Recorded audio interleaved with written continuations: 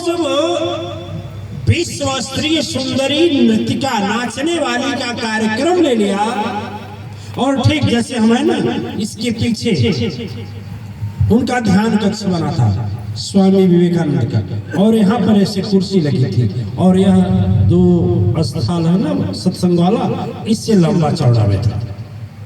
और जैसे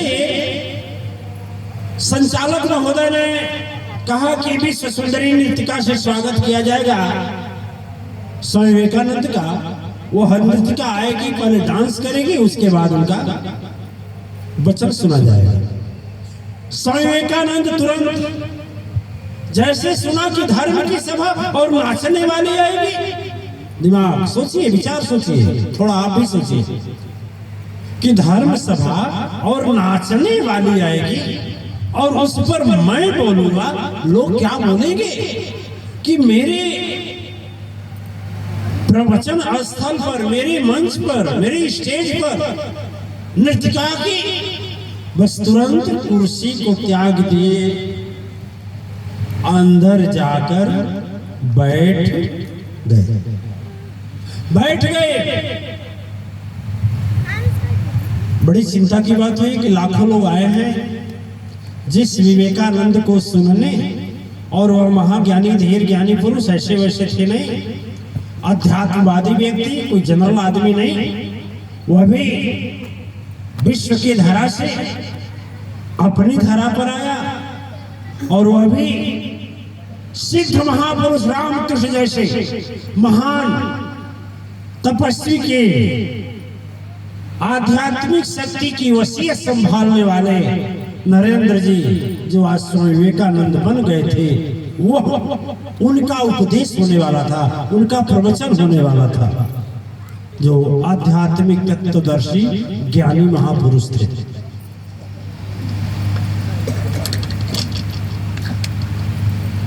नृतिका नाचने वाली थी, उससे आत्मग्लानि तो हुआ, लेकिन जब संचालक महोदय ने संचालन किया कि मैं चाहूंगा कि वह विश्व सुंदरी नृतिका आए और महाराज जी के स्वागत में कुछ बोले, महाराज जी तो उठकर अंदर चले गए। सोचे मैं सभा का परित्याग कर दूं, लेकिन मैं कहूंगा विचार बदलने वाली बात। देखिए, एक नृतिका स्वामी विवेकानंद लिखे हैं अपने आत्मजीवन में, पहले बीच का सुन लीजिए।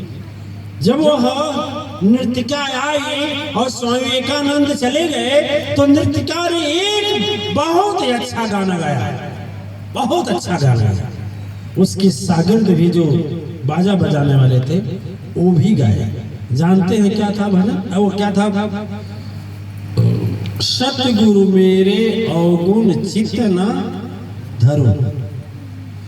सत, इसको भोजपुरी में सुना दें, वो भजन थोड़ा बंगाली से ऐसा है। सतगुरु हो मोरा अवगुण नाही मन लाई। सतगुरु हो मोरा अवगुण नाही मन लाई। सतगुरु हो मोरा अवगुण नाही मन लाई।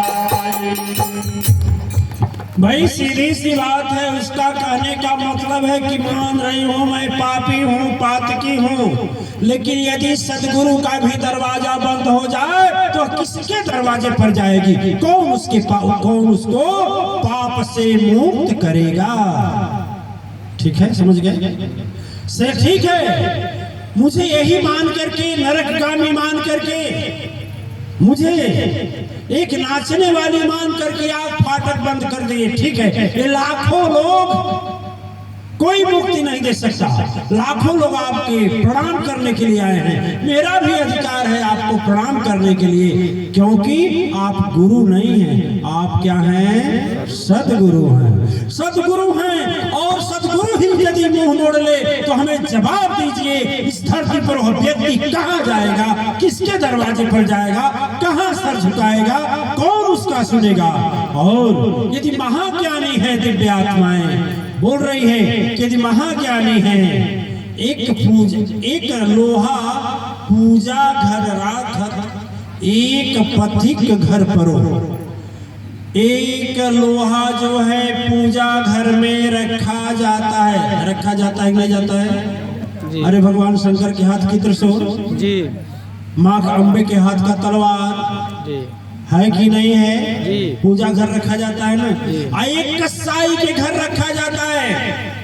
पूजा घर जो रखा जाता है सूक्ष्म भाव से देखे तो मेरा सुरक्षा कवच बनाकर रक्षा करता है, परोपकार का काम करता है, जो देवता का अस्त्र और शस्त्र है। ठीक है।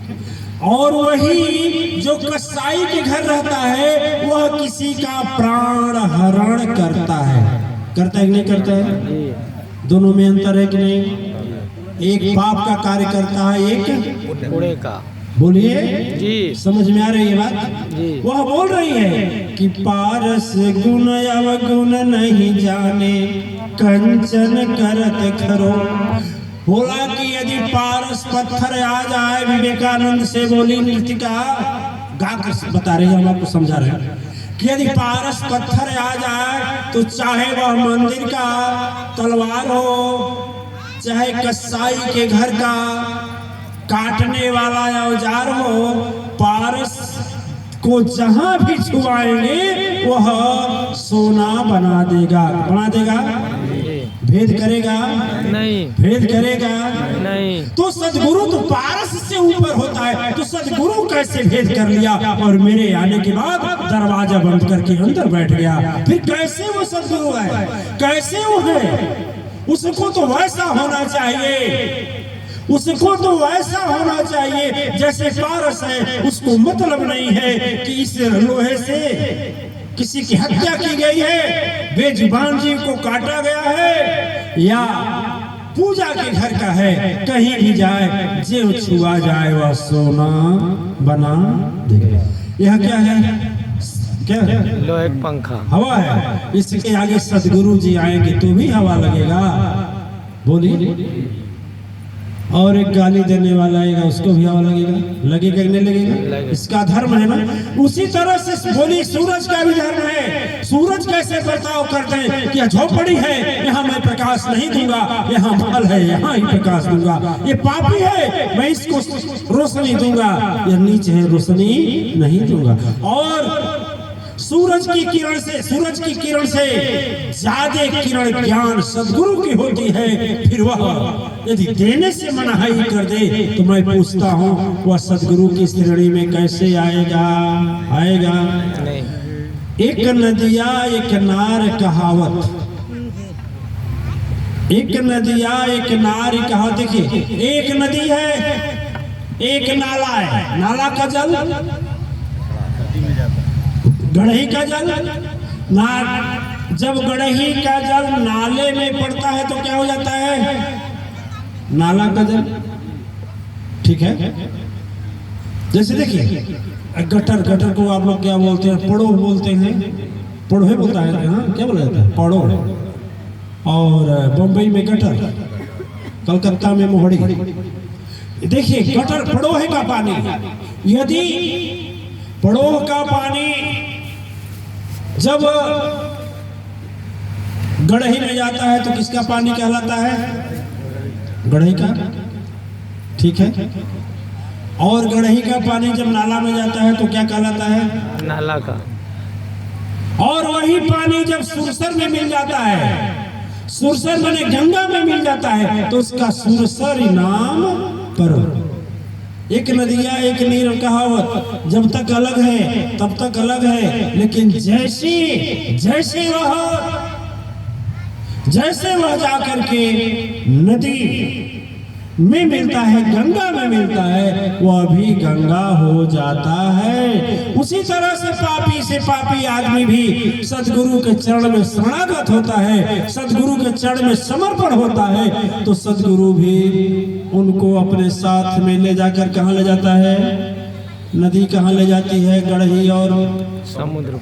गटर के पानी को कहाँ? समुद्र। और गंगा जी कहाँ लेकर जाते हैं? समुद्र।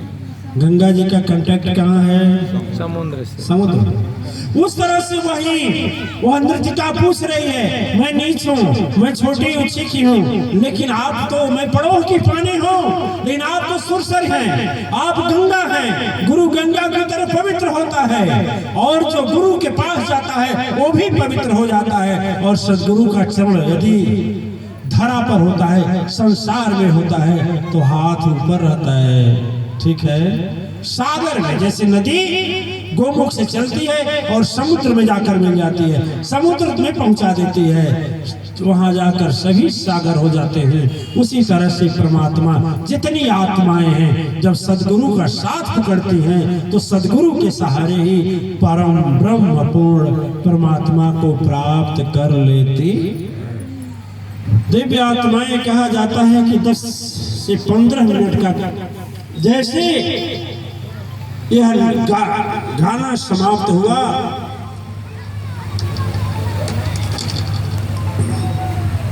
नजारा देखने वाला था, बोली मैं तो वापस जाती हूँ, लेकिन इस प्रश्न को पूछती हूँ कि सब लोग तिरस्कार करते चलेगा, लेकिन सदगुरु तिरस्कार करे तो कैसे चलेगा? चलेगा? हमारे पाप को देख करके आपने फाटक बंद कर लिया। अब इनके मन में सताने लगी बात की बात सही है। क्या बात सही है?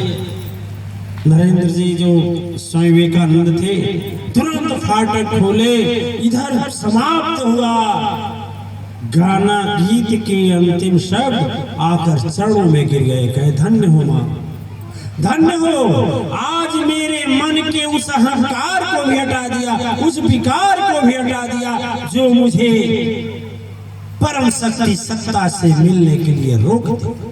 आज एक विचार जैसे हटा दिव्य आत्माएं, वैसे वह स्वामी विवेकानंद लिखे कि मेरा जीवन निखार पूर्ण हो गया।